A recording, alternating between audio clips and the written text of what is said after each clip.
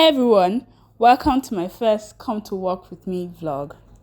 I get to my office between 7 a.m. to 7:30 typically, and the first order of action is to record my 1-minute investment lesson videos. These are videos in which I share lessons I'm gaining while studying for my CFA exam and as an investment banker. Today's lesson was about bond investment. Or a government financial like a state can issue a bond. You can catch the lesson on my Instagram page. I'm going to put a link in the description box below. I spent the whole of 30 minutes recording and editing this video, and then I took pictures before work starts, as in before my boss gets in.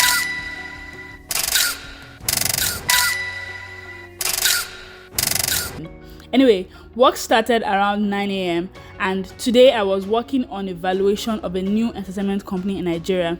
I already built the model before today, and I was only revisiting some key assumptions, including the equity risk premium and the beta. You might wonder what that is. According to Investopedia, equity risk premium refers to the excess return that investing in the stock market provides over a risk-free rate. This excess return compensates investors for taking on the relatively higher risk of equity investing. In day 2 of my 1-minute investment lesson and day 7 of my 1-minute investment lesson, I talk about type of risk and equity investment respectively. I recommend that you check them out for further understanding of this subject. The beta is a measure of a stock's volatility in relation to the market. That is, how much does its value change as a result of the exposure to general market conditions. A stock with a beta of 1 is in complete sync with the market. That is, if the market goes up, the stock goes up. A stock with less than 1 moves more slowly than the market, and a stock with more than 1 moves faster than the market. It is important to know the beta of a stock as an investor, so you know how much you will be affected if the market suddenly falls or rises. I ran into a bit of a snag while computing the beta for this company because I had to reliever the beta and Excel was giving me some weird answers. During this period, a junior analyst asked me to provide some guidance about a certain task I'd given her. I assigned her the task of determining the market size of a particular sector in Nigeria. We needed this information for a strategy document I'm working on. I'll tell you more about that later. And I needed her to get this information and depict it graphically. You can depict the market size of a particular sector by looking at the sum of the revenue of companies within that sector. This is like a basic ad hoc method of going about it. But let's say a particular sector has 10 companies in it. If you can access what the biggest companies in the sector make and add it together, you can use that to generalize, or you can use that to extrapolate what the market size of the sector is. So this is just an ad hoc method. You can just use it for your own personal consumption. Oh yes, by the way, 70% of my work as an investment banker consists of making pretty graphs and PPTX, that's PowerPoint files.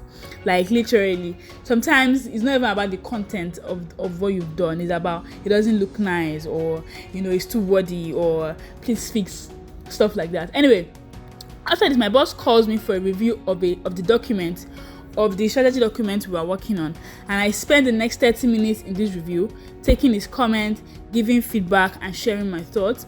One thing as an investment analyst is that you will be required to share what you think a lot of the time. You'll be asked what your opinion is, you'll be asked to make assumptions, you'll be asked to find out information and relay it. And because I don't want to prepare the document, most times it's very important for you to be able to speak up. Like in finance jobs, I'm sure you agree with me if you work in the finance sector, that a large part of how well you do is determined by how much you can speak up in meetings, speak up in review sessions. Even when you are getting feedback, speak up for yourself. So basically the review session was about just getting comments, writing them down, taking down what he said I should do, and making sure to do that after. And I'll say this thing again about taking notes. It's very key to always take notes when you're getting feedback, because you want to be able to remember exactly what the person said when the person was saying it.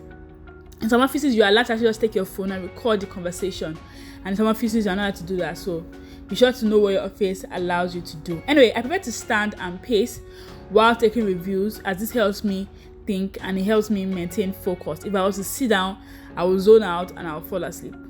Excuse the camera for being out of focus. I was doing some under GCIA filming stuff and I forgot to set the focus on my camera. After taking the comment, I returned to my seat to begin to effect my boss's comment on the document. Right now it's about past 12 noon and I continue working on this document till 2 p.m. Developing strategy for an organization is a very iterative process and it can be complex also, because most times you have to look at the company's numbers, look at the company's projections, look at the company's business, look at the sector in which the company operates, look at the economy as a whole, look at the global macroeconomic factors that affect that particular industry. And then considering all this information, you have to make a judgment and say, okay, I think the company can do X, Y, Z. I think the company can do Y, Z, Y. And this is the way you should go about achieving these goals. So strategy is about identifying goals for a company and then charting a path to the successful implementation and successful actualization of such goals. I like strategy. I think strategy is very, very wide body of knowledge, very, very amazing. I intend to do my PhD in strategy one day. Okay, immediately I finished with his comment, I sent it to him.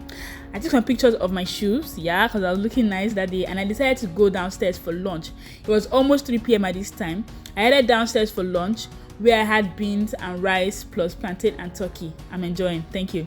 Then I spent about 20 minutes having lunch today. I typically take the full 1 hour that I allocated for lunch, and during this time I read a book while eating. But it's almost 3 p.m. and I want to get upstairs to get his comments, effect them, and send them back to him before 5 p.m. because I want to close early today. Amen. Okay, after lunch I get back to my office and the junior analyst had sent me a work, so I reviewed it and I begin to edit it as part of a larger document. I complete this and I send it to my boss for his review as well. During this period, while waiting for my boss's review, a conference call is going on in the department. Now, conference calls are almost synonymous to investment banks. While working at an investment bank, almost every day someone is jumping on a quick call. Calls can range from 5 minutes to 2 hours. I personally think that they are more effective than physical meetings because they save time that you spend in traffic. They save unnecessary cordiality and whatever, and they just get straight to the point. But I generally believe that investment banks have too many meetings. Anyway, a conference call is going on underneath all this, and I'm just focusing on my work at this point. I'm not on the project, so I don't join the call. And I don't have any pressing thing to do right now. So I complete my Bible study while waiting for my boss's comment. In my fellowship for this month, we're studying the book of Esther, and I'm just catching up. And we're having a TGIF session at the end of today, Friday. That's why I want to leave early. So I'm catching up on my Bible study. The book of Esther is an amazing story of a lowly girl whom God blessed with the influence of being a queen, and later used her for the emancipation of the people of Israel. It's a good book because it teaches you important lessons like humility, faithfulness to God, faith in God, and how God reigns in the affairs of men. Trust me, the way God turned around Haman's plan on his head is a real blockbuster. If you're a Christian, I recommend you to read that book and follow us at the Kingdom of Leaders Network on Instagram to catch highlights of our study on this particular Friday. Anyway, my boss had an emergency at home and decided to leave early, so no comments for me today. Yay! And I also got to close by 5 p.m. as well. This brings me to the end of this Come to Work With Me video. Thank you so much for watching. Do let me know if you want to know more things about how investment banking in Nigeria works. Definitely subscribe if you want to see more videos like this. I really enjoyed vlogging this, and I hope to make more vlogging videos in the future.